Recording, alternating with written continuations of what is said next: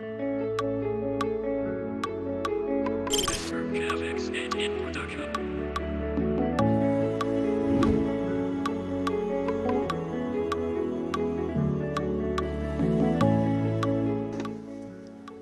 RDC, plus de 80 millions d'âmes, 60 ans d'indépendance, mais toujours dernier dans les listes importantes. Peut-on avoir des possibilités de nous en sortir à travers la politique?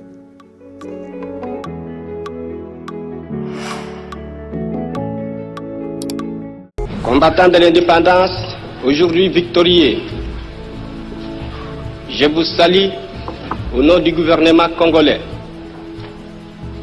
À vous tous, mes amis, qui avez lutté sans relâche à nos côtés, nous avons connu les ironies, les insultes, les coups que nous devions subir matin, midi et soir, parce que nous étions des nègres. Nous avons connu que la loi n'était jamais la même, selon qu'il s'agissait d'un blanc ou d'un noir. Qui oubliera les fusillades? Les cachons furent brutalement jetés, ceux qui ne voulaient plus se soumettre au régime d'injustice, d'oppression et d'exploitation.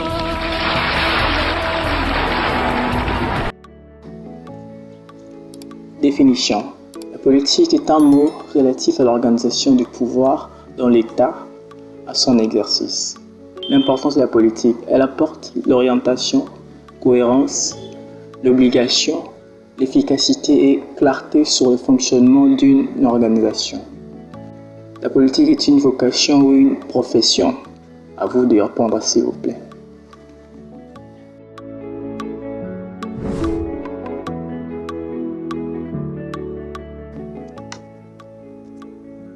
Le PALU s'inscrit dans la grande communauté des partis socialistes.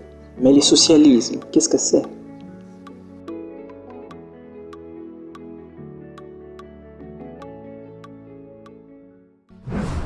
Bien longtemps d'avance, j'ai souvent lutté contre l'injustice. J'ai été profondément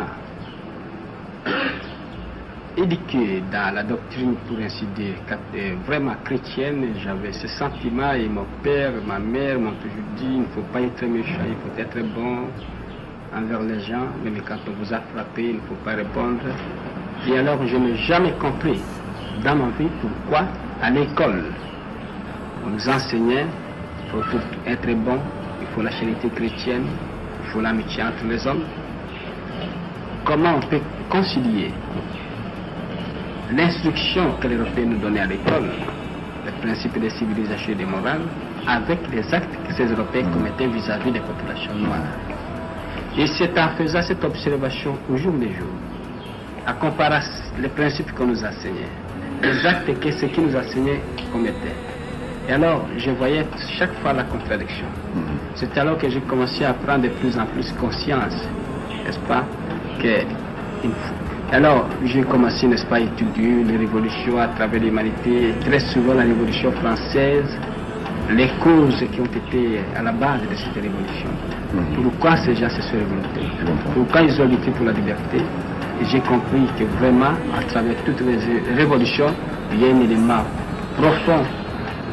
C'est la lutte contre l'injustice, contre l'oppression. Définition. Le socialisme est un système politique qui a vu le jour en opposition au capitalisme dans le but d'éradiquer la misère humaine. Point positif, une lutte contre le mercantilisme accru constaté dans le capitalisme et un plan de société nouvelle basé sur la coopération et la collaboration harmonieuse entre les hommes qui remplacera l'intolérance. Cette doctrine n'a jamais dédaigné l'appui des faits et même dans le temps le plus récent. Il existe plusieurs formes du socialisme.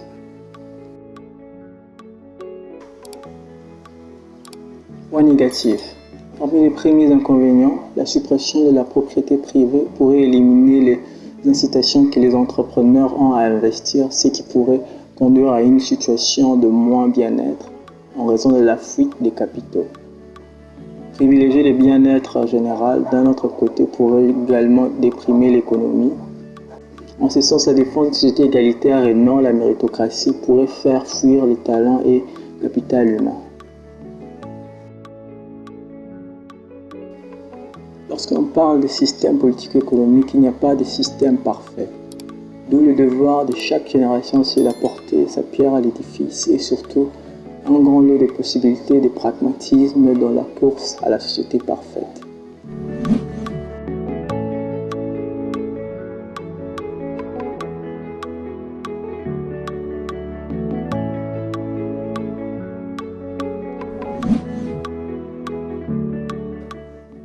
Enfin, le PALO, un héritage à tous. Mais qu'est-ce que c'est le PALO?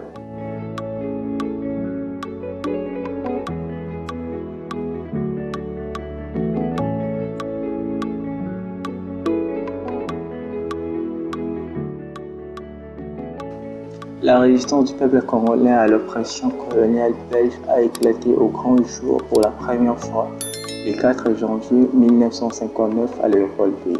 Ce jour-là, bravant la redoutable force publique coloniale, le peuple de notre capitale a crié sa colère et réclamé l'indépendance immédiate.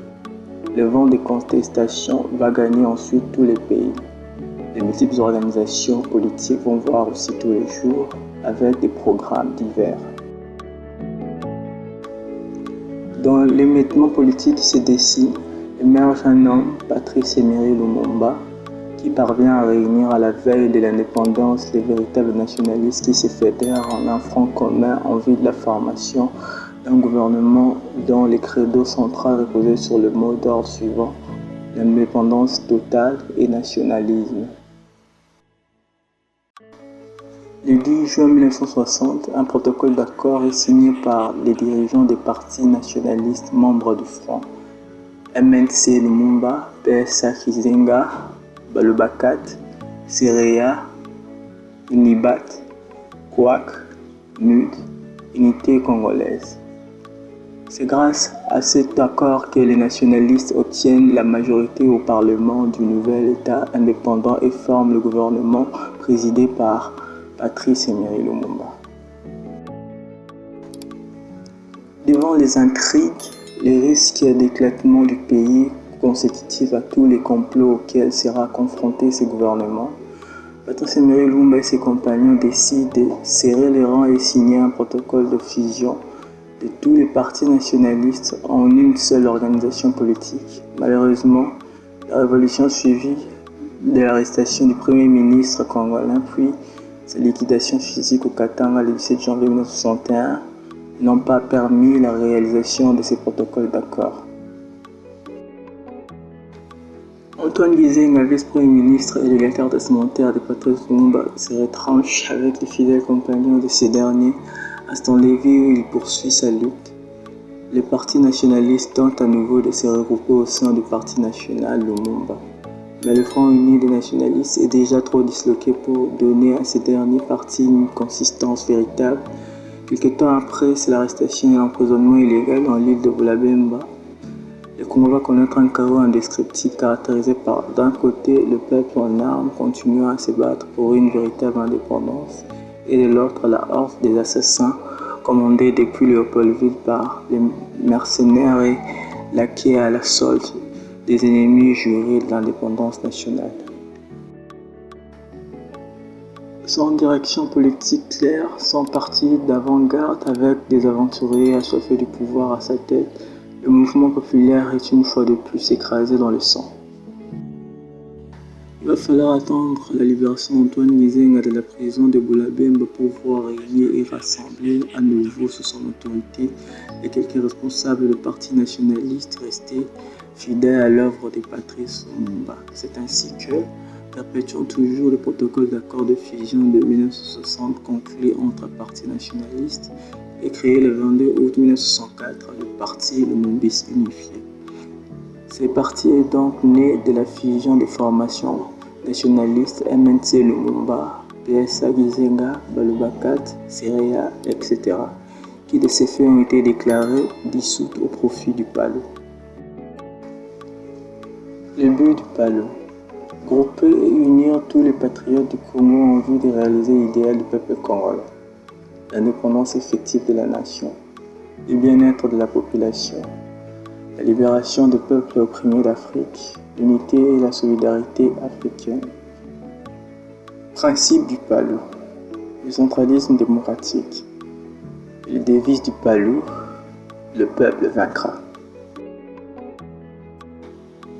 L'idéologie du PALU, le socialisme démocratique qui comprend une lutte sacrée pour la décolonisation mentale, politique, sociale, économique et culturelle du peuple congolais. Une lutte pour l'établissement d'une démocratie bipartite, gauche-droite, pour promouvoir le développement économique. Une lutte pour le maintien de l'unité et de l'intégrité territoriale du Congo. Une lutte pour la liberté totale et la réhabilitation complète de l'homme africain en vue de lui permettre d'assumer par lui-même son propre destin dans le cadre de l'unité et fraternité africaine. Doctrine politico-socio-économique du PALU. Le partage équitable des richesses nationales entre tous les fils et filles du pays. La lutte contre toutes les formes de corruption et de conclusion. La lutte contre toutes les formes de parasitisme impliquant l'inégalité des chances face à l'école et l'emploi.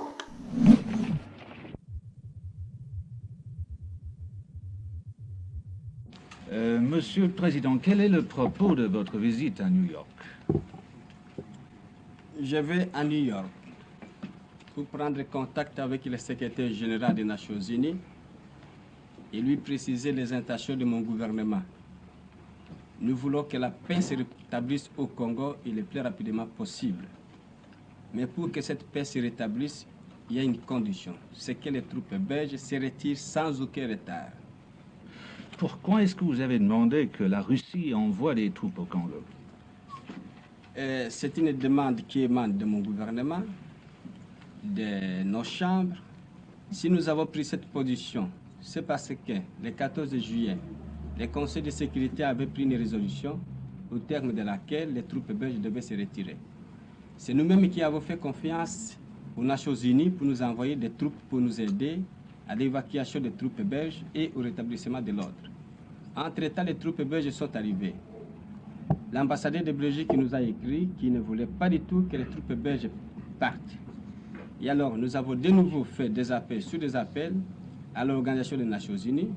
Et alors, nous avons estimé que si l'ONU n'était pas en mesure de nous donner satisfaction, alors dans ce cas, nous allons faire appel à l'Union soviétique et aux pays de froid asiatiques. Il y a beaucoup de commentaires qui disent que vous êtes marxiste. C'est vrai ou pas? Je suis un Africain.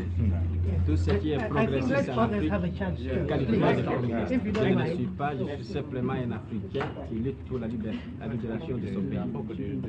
Merci beaucoup de votre patience, Monsieur le Président. Merci beaucoup. Monsieur le Président,